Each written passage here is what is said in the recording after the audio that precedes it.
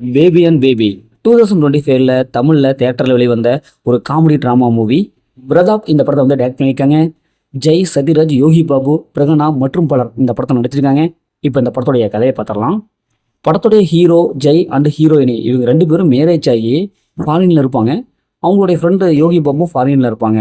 இவங்களுக்கு குழந்தை பிறந்துடும். தன்னுடைய குழந்தைய எடுத்துக்கிட்டு இந்தியாவில் இருக்கிற தன்னுடைய அப்பா அம்மாவை பார்க்க வருவாங்க. ஜெயோடைய அப்பா தான் சத்யராஜ், யோகி பாபுடைய அப்பாவும் இருப்பாங்க. இப்போ சத்யராஜ் அவங்களுக்கு வந்து ஒரு ஆண் குழந்தை வேணும் அப்படின்ட்டு எதிர்பார்த்துட்டு இருப்பாங்க. அதே மாதிரி யோகி பாபு அவங்களுக்கு அவங்களுடைய அப்பா வந்து பெண் குழந்தை வேணும் அப்படின்ட்டு எதிர்பார்த்துட்டு இருப்பாங்க. இப்போ இந்தியாவுக்கு ஏர்போர்ட்டுக்கு வந்துடுவாங்க. அதுக்கப்புறம் அந்த குழந்தையினால ஒரு மிகப்பெரிய ஒரு சம்பவம் ஒன்று ஏற்படும். இந்த சம்பவத்தில் இந்த படத்தில் ஆனந்தராஜ், டெலிவிஷன்லாம் சம்மந்தப்பட்டிருப்பாங்க. அந்த சம்பவம் என்ன, இறுதியில் இந்த சம்பவத்தால் என்னெல்லாம் பிரச்சனை ஏற்படுது, இறுதியில் என்ன ஆச்சு அப்படிங்கிறது தான் இந்த படத்துடைய உணவை. இந்த படத்துடைய பாசிட்டிவ்னு பார்த்தாவே படத்தில் காமெடி போர்ஷன் ஓரளவுக்கு நல்லா கிளிக் ஆகிருக்கு.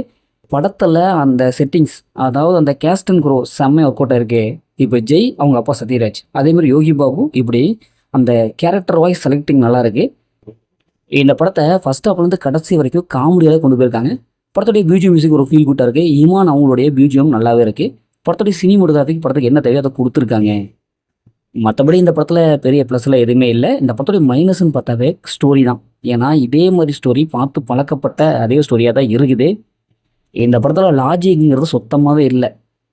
மொத்தமாக குழந்தை மாறுது அப்படின்ட்டு ஏதோ ஒரு லாஜிக்கே இல்லாத ஒரு கதையை நமக்கு சொல்கிறாங்க. அது செகண்ட் ஹாஃப்லாம் ட்விஸ்ட் அண்ட் நீங்கள் கொஞ்சம் கூட இல்லை. இவங்க காமெடி மட்டும்தான் நம்பி எடுத்துருக்காங்க வெளியே. மற்றபடி படத்தில் எந்த ஒரு சுவாரஸ்யமே இல்லை.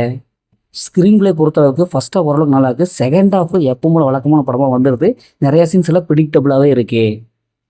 ஜெய் அவங்களுடைய கேரக்டர் இன்னும் கொஞ்சம் முதன்மையாக கொண்டு வந்திருக்கலாம்.